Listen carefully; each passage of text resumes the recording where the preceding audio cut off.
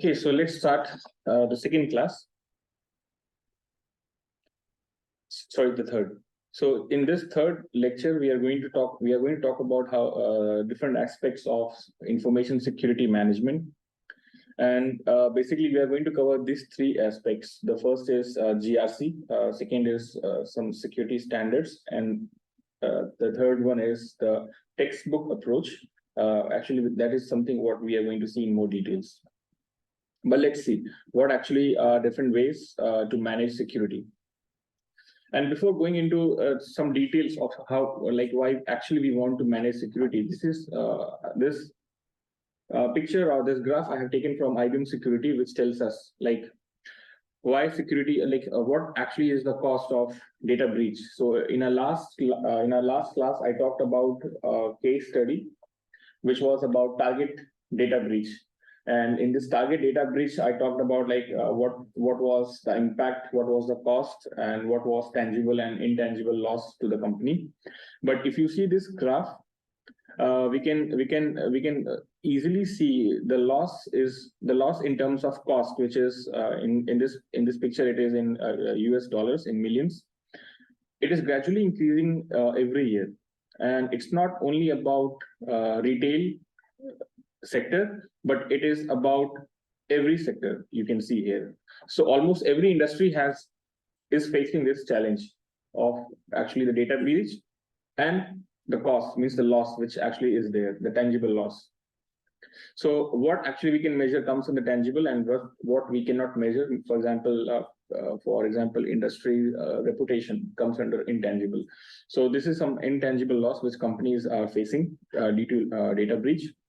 And if you zoom this thing a little bit more, you're going to see what actually are the main cause of data breach. For example, on our first lecture, we talked about social engineering thing, which is kind of phishing attack. So if you see the first one on the left-hand side corner, it says social engineering, all about cost around it. The loss cost is all about 4 million US dollar.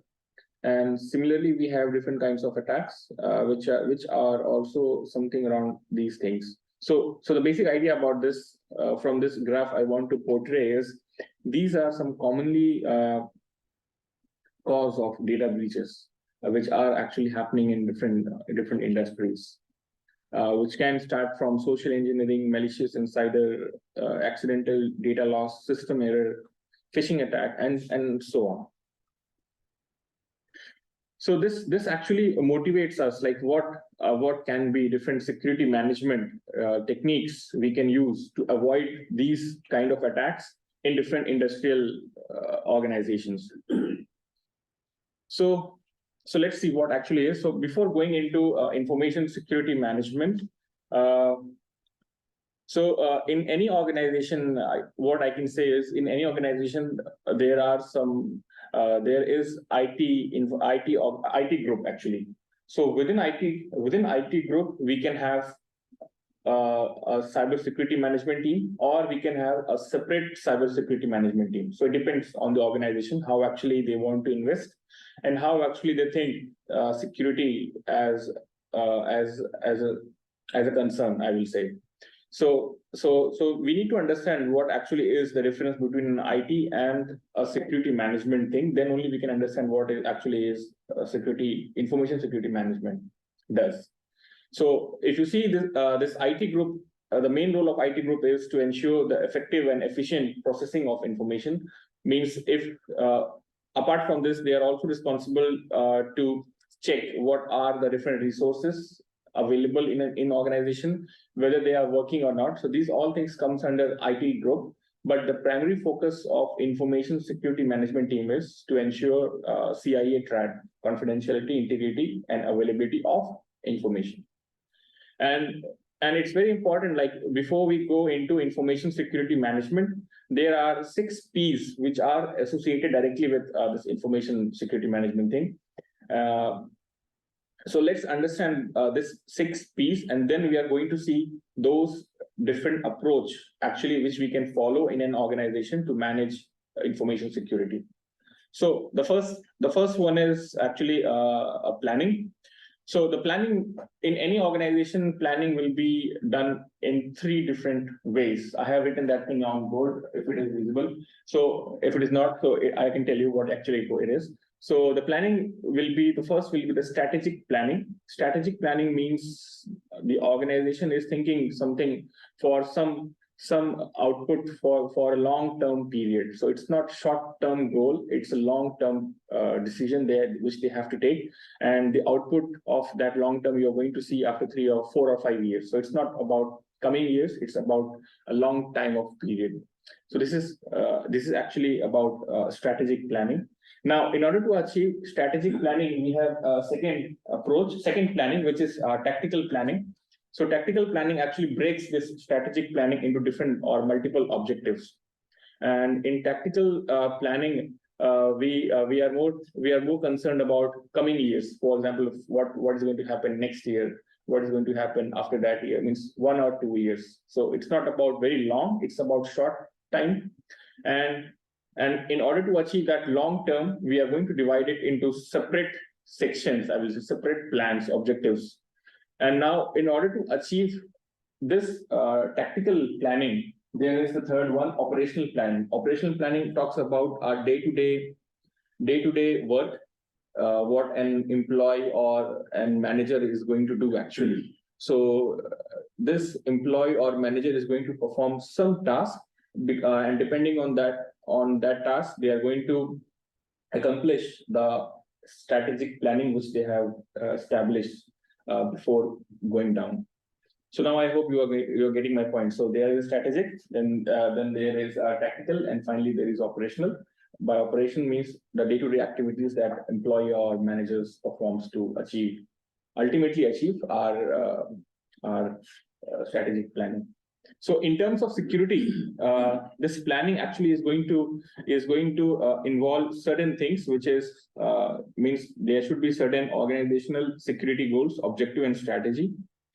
And the main purpose of this planning is it sets the direction of the organization's security efforts and ensures alignment with business goal. So it is very important, like whatever security planning you are performing, it should be aligned with the business strategy. For example, if the business is about education, for example, we are in LUT University and it's an educational institute. So in this case, one of the planning from security point of view can be the access control. So we don't want to have same access control mechanism for everyone. So there should be a different access control for faculty, for admin people, for students. So there should be some planning actually needs to be done before enforcing these things on the ground level. And apart from this, planning includes what activities actually includes, what can be the risk. Risk assessment means what can be the risk, like if if the students are going to come, what risks are going to happen when they use the resources. For example, if they want to access LUT library system, computer, and if there is no proper access control mechanism, so it may happen they can access certain files which are not meant for them. So you need to ensure like in this situation, what can be the risk and how you can identify those risks. So about the planning is all about. Second is policy. So policy actually is about laws. So it tells you what you have to do, what you can't do, and if you do this, what will be the ultimate things you're going to face. So, but in terms of security, these are formal documents that tells you organizational rules, guidelines, or expectations regarding security practices. So it's not a very hardcore statements, but it's a formal document, I will say.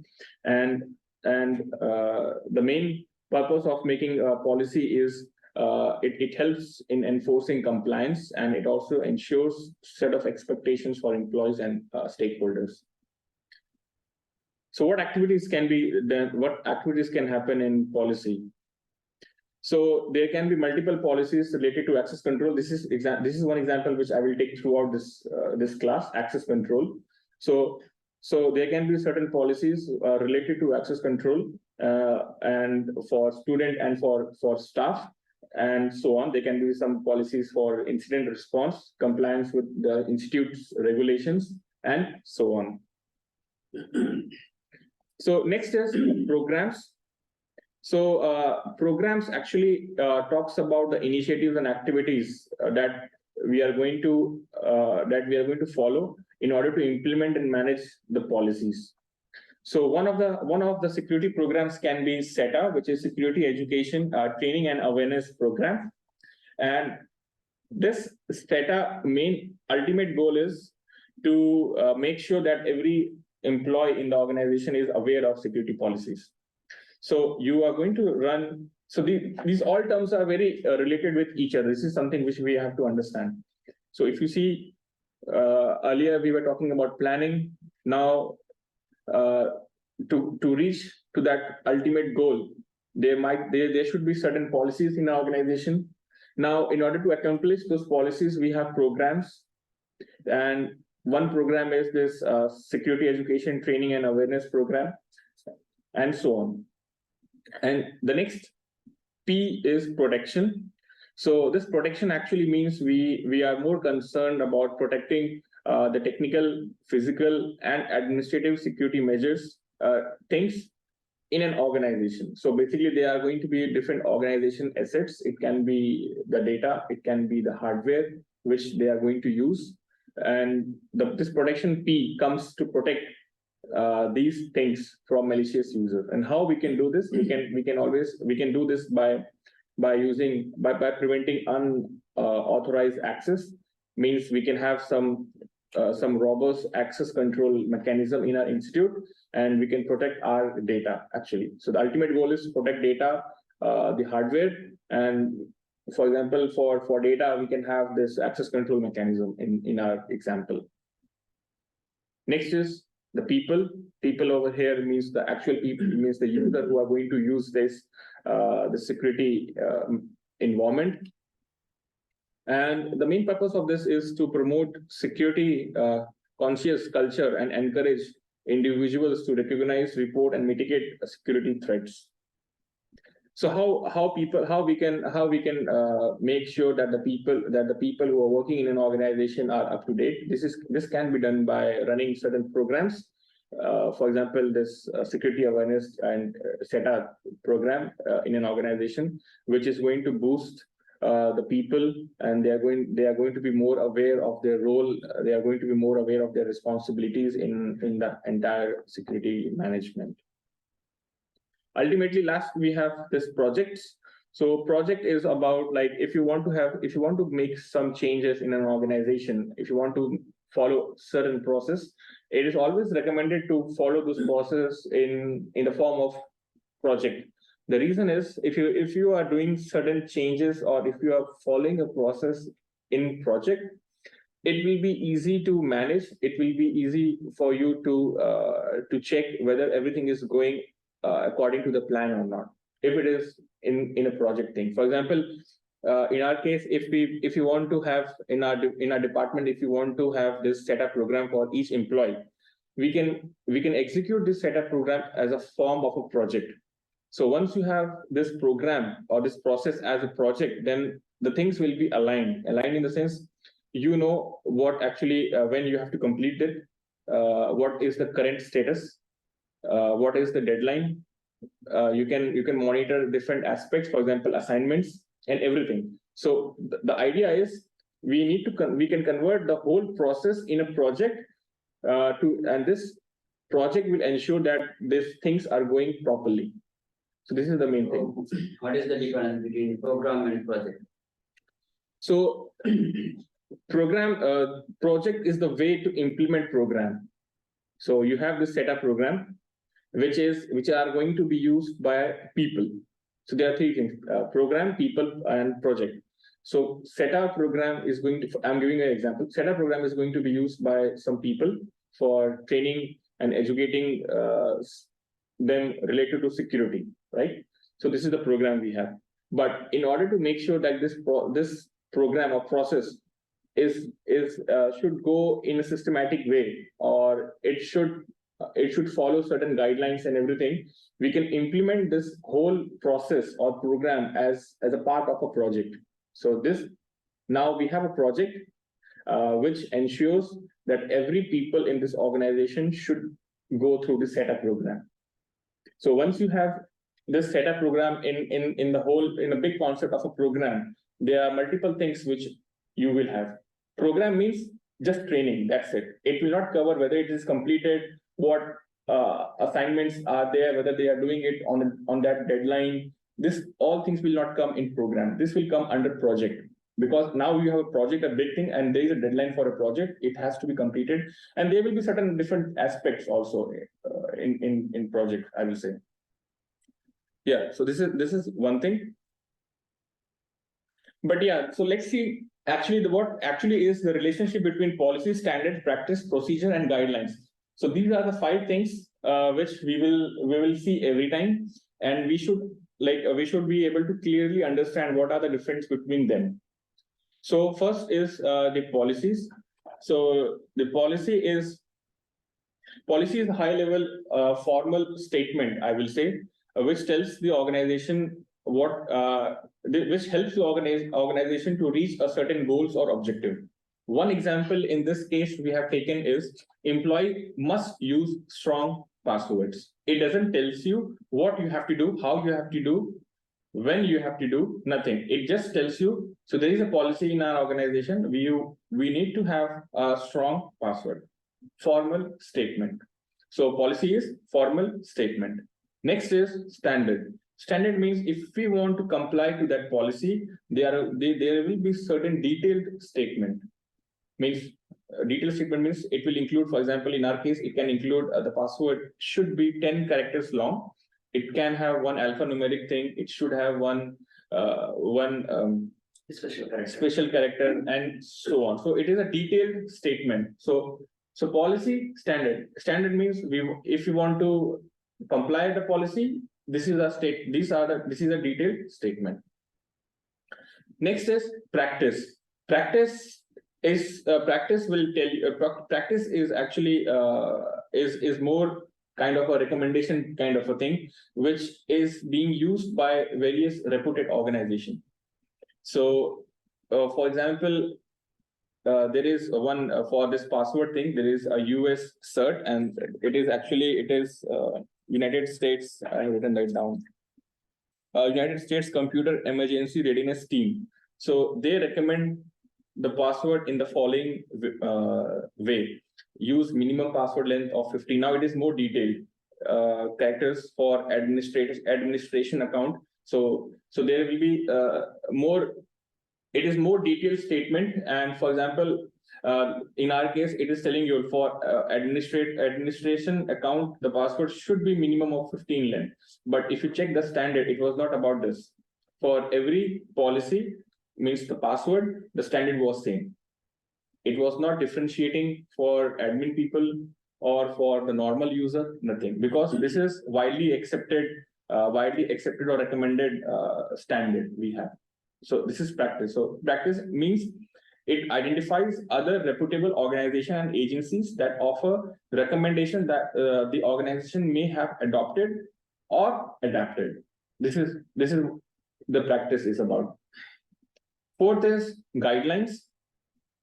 So basically, the guidelines is going to give some examples and recommendation to assist in complying with the new policy. So whenever we have a new policy in our organization, for example, this password policy, we can always follow certain recommendation in this case. For example, in this case, we can consider NIST SP 800118 guideline for enterprise password management. So there is a complete guidelines which we can follow for the whole password management thing. So it's more detailed, I will say, this guideline. And finally, we have this procedure, which is going to tell you the step-by-step instructions how actually you can accomplish the task specified in the policy. For example, if the policy is your password should be strong. Now this guideline, this procedure can tell you, okay, you can log in and to your main account, Once you log in with your old password, go to this icon, click there to renew your password, then click enter some old password, new password, and then submit button. So this is something step-by-step instructions which you are going to get. So now I hope you understand these three these things, right? Policy, standard, practice, procedures, and guidelines. So this is something which we are going to use in whole cybersecurity class. Now let's see the main topic, which is about cybersecurity management. This is actually what we have. This third class is all about. What are the different approach to manage cybersecurity? The first one is GRC approach. So this governance risk compliance approach is basically used in accounting or in finance, in financial institutes, where where you have big where your main objective is to check the accounting things, financial product accounting things, the banking things, means something like that, where these are the main examples. So these policies are basically used. This cybersecurity management policies, GRC, is basically used in this perspective, where they tell you, okay, so you cannot do this, you cannot do that. If you do this, there can be certain damage to the file. So basically there is a risk, and they are going to tell you. So, and they follow certain policies and procedures which you can follow to avoid that risk. So this is all it about. So governance in the sense means, so if you see governance, so there is a difference between governance and management. So there are two things: governance and management. So governance is something which is above management. Means governance, we can say they are the controlling body, the board members, and the CEO can be the management guy. So governance is going to have certain policies. They are going to frame certain policies, procedures, and standards that the organization has to follow in order to achieve a policy, in order to achieve this whole security management thing. And how it is going to do. So what governance actually tells, it tells you how security is managed and enforced within the organization. So this is very important, how security is managed and enforced within the organization. Second is risk management. So risk and management talks about, you need to identify the risk. For example, for access control, what can be, without access control, what can be the risk? And once you enforce the access control, what can be the associated risk, because you are making some changes in the existing system. So you have to check what access control mechanism will lead to. So identify, assess, and mitigate risk. These are the three main steps of risk management. Compliance means we are going to adhere, we are going to follow those relevant laws, regulation, industry standards, and internal policies that actually we have, that the governance has made. So what this GRC approach actually is, it is about combining these three different aspects together. And the main fundamental thing of the cybersecurity management of this GRC is it works as an internal control mechanism. So internal control mechanism, I will tell you in the upcoming slide what actually it is. But for if now, internal control mechanism, we can understand it as, like, for example, this access control. We can assume this access control is a part of internal control mechanism, with the help of which we can prevent unauthorized users from accessing a particular file, or users can be differentiated, or users can be classified based on the data. So this is one internal control example we have. So this standard driven approach and organizational planning approach. So basically these are the three top approach that we can follow to manage cybersecurity. First is the GRC approach, where we talk about standard, where we are talking about some policies, guidelines, and framework. So basically it is a framework approach. You have certain framework, you can follow those framework to ensure safety in your organization, security in your organization. This is about GRC.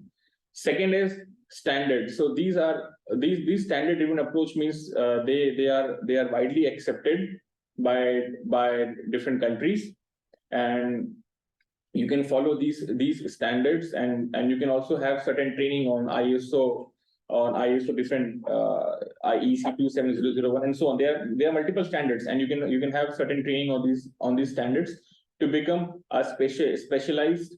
For example, for access control, there can be a particular training in ISO. You can do that training, and you can join an organization, and you can enforce that particular thing for managing security.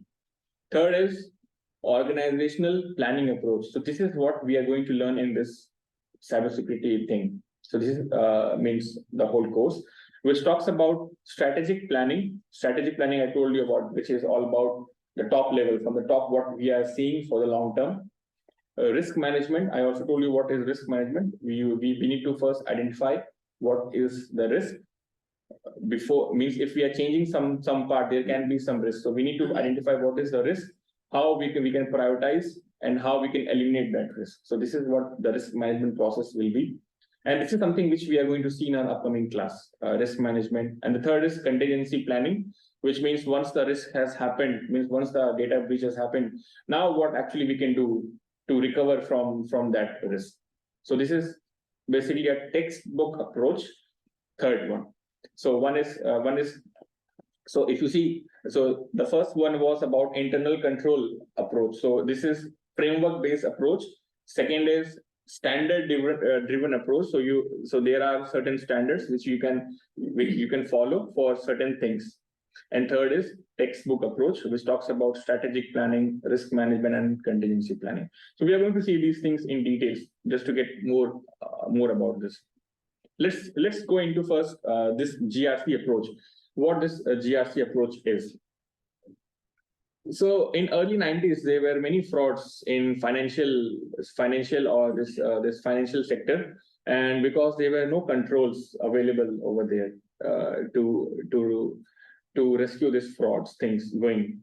So what in early 2000s, what actually this GRC approach came into existence, and there are three different ways with which an organization follow actually. The first one is COBIT, which is Control Objectives of Information Related Technology, and this framework is actually based on IT control, and it is specified by ISACA, Information Systems Audit and Control Association. Second is COSO, which is Committee of Sponsoring Organization. It is also a framework-based approach, but it is more control-based approach. So this control, IT control, I will tell you what actually these things are in more detail in my next slides. And this COSO was specified by American Accounting Association and others. And third one is COSO ERM, which is about enterprise risk management. So this third one expands the first one, the second one, the COSO, but it adds risk-based approach also in it. So let's go into first what are these internal controls, what actually the controls is all about. So this is internal control.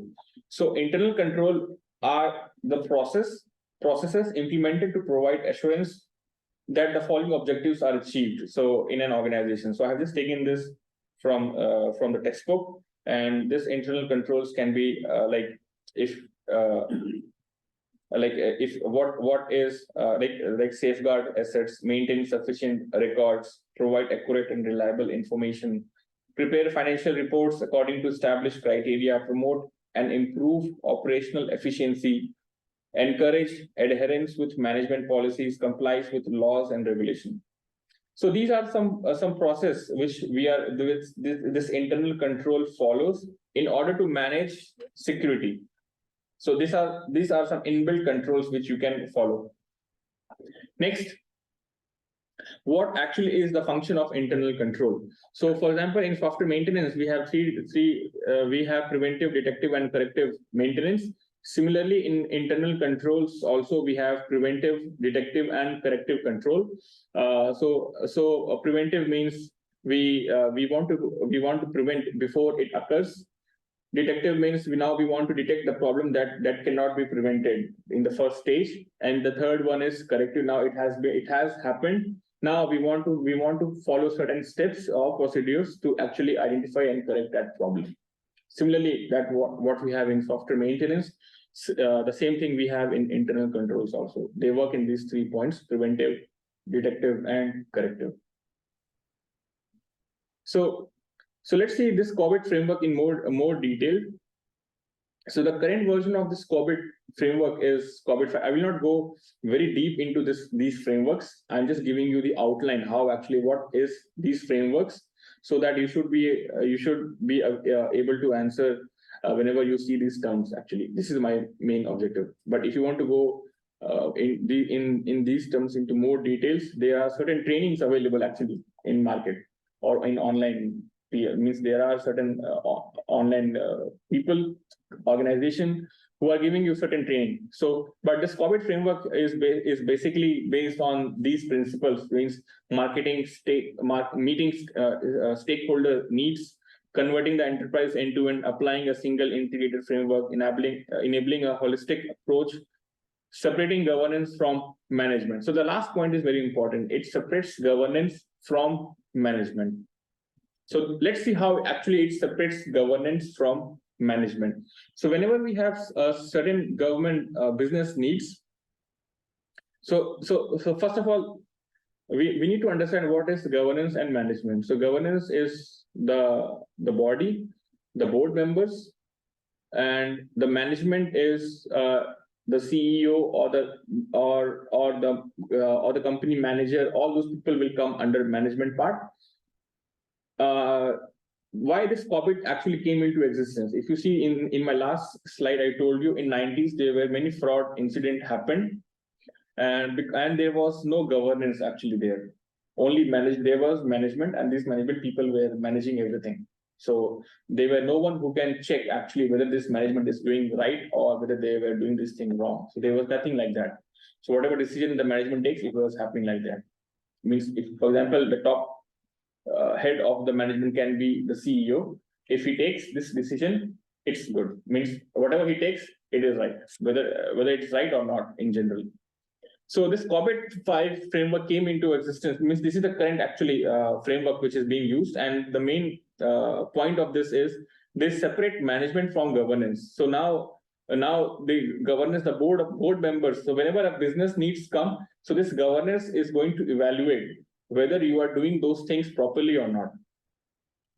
And if in case you are not doing that thing properly, they are going to give you certain feedback, which is direct. They are going to ensure like whatever changes you are being asked. Once you are doing those changes, are you doing that thing in that scheduled time, or what are different challenges that are going to arise because of those changes? Those things they are going to direct you. And the management is going to work on this PDCA format: plan, do, check, and act, which is very common: plan, build, run, monitor. So this is PDCA, which every organization follow. And once they do this plan, do, check, and act, they are going to inform this governance is going to monitor actually whether the changes which they have asked the management people to do, whether actually they are doing these changes or not. So they are going to monitor this thing. So if you see, the governance is actually evaluating, directing, and monitoring the changes. And the actual changes which they have governed, means which they have asked to do in an organization, is being done by the management by planning, doing, checking, and acting thing, PDCA format. So now I think you are getting why actually this COBIT came into existence, right? Because earlier there were no governance, and because of this, many fraud incidents were happening in the companies. And now we have this COBIT, which separates management and governance people take care of the whole organization. So the other two framework which we saw was COSO and COSO ERM. So I told you like this COSO ERM is more about risk management, which we will see in more details in our upcoming slide. But if you see those COSO and COSO ERM, how they works. So they also have certain internal environment. They are also based on control, risk.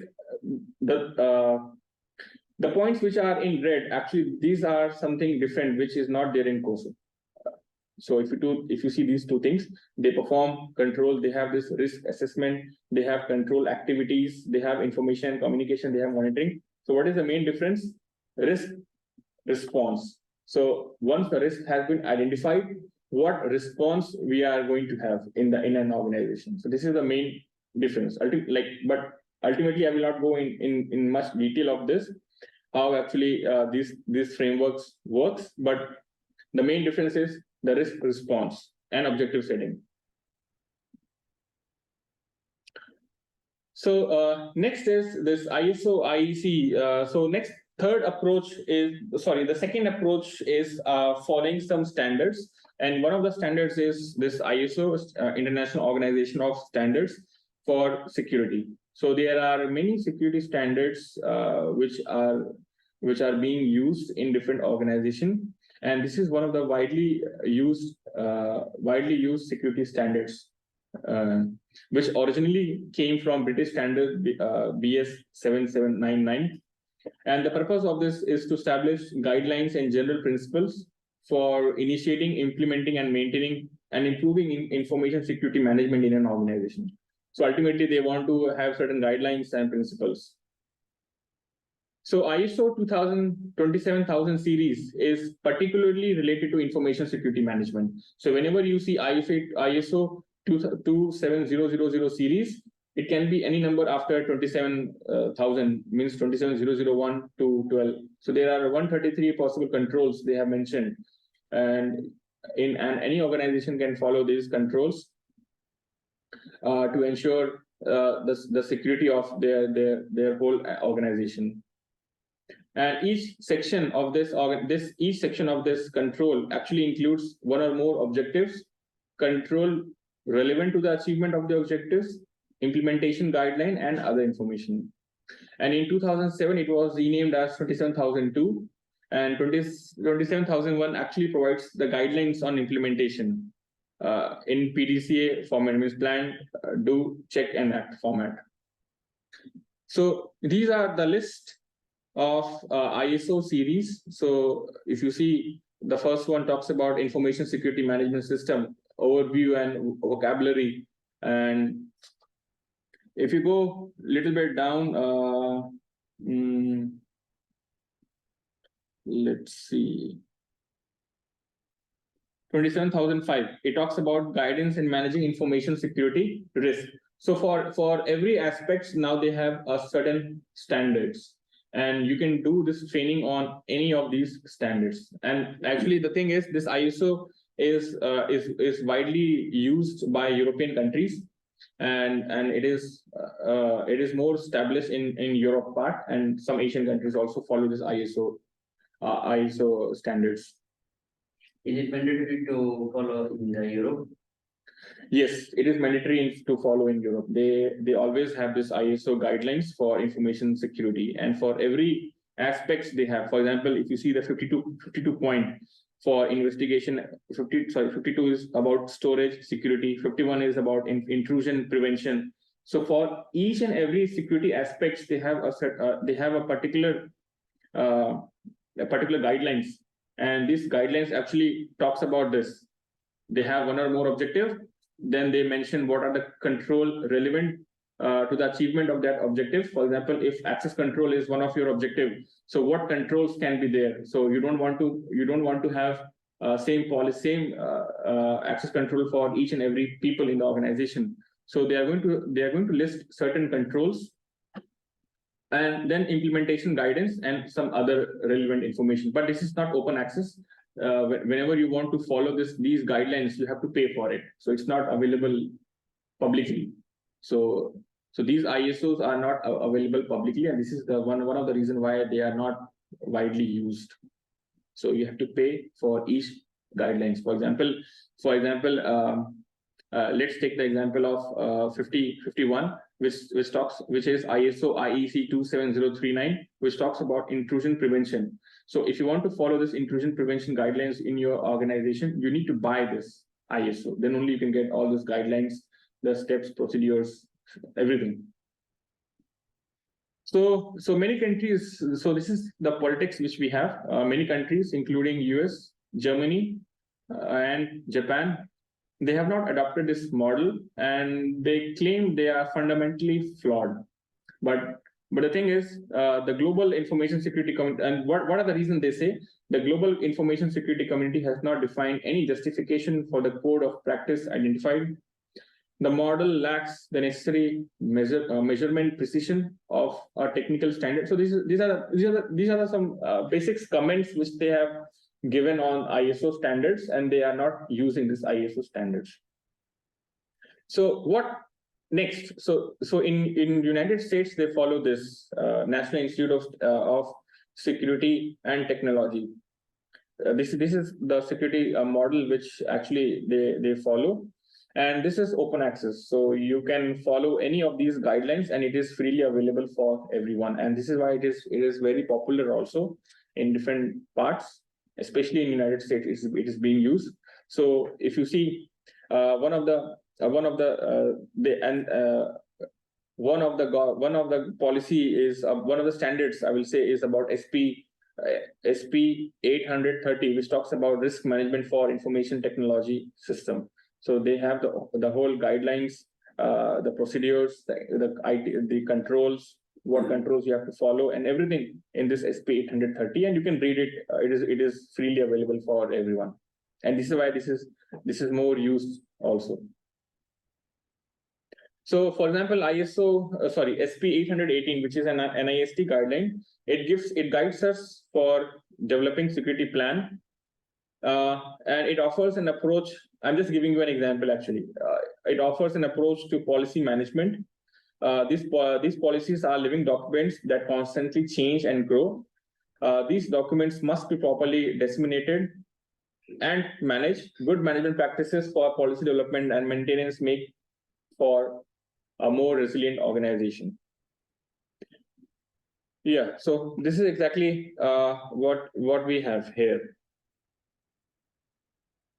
Yep. Yeah, thanks. So do you have any queries to ask?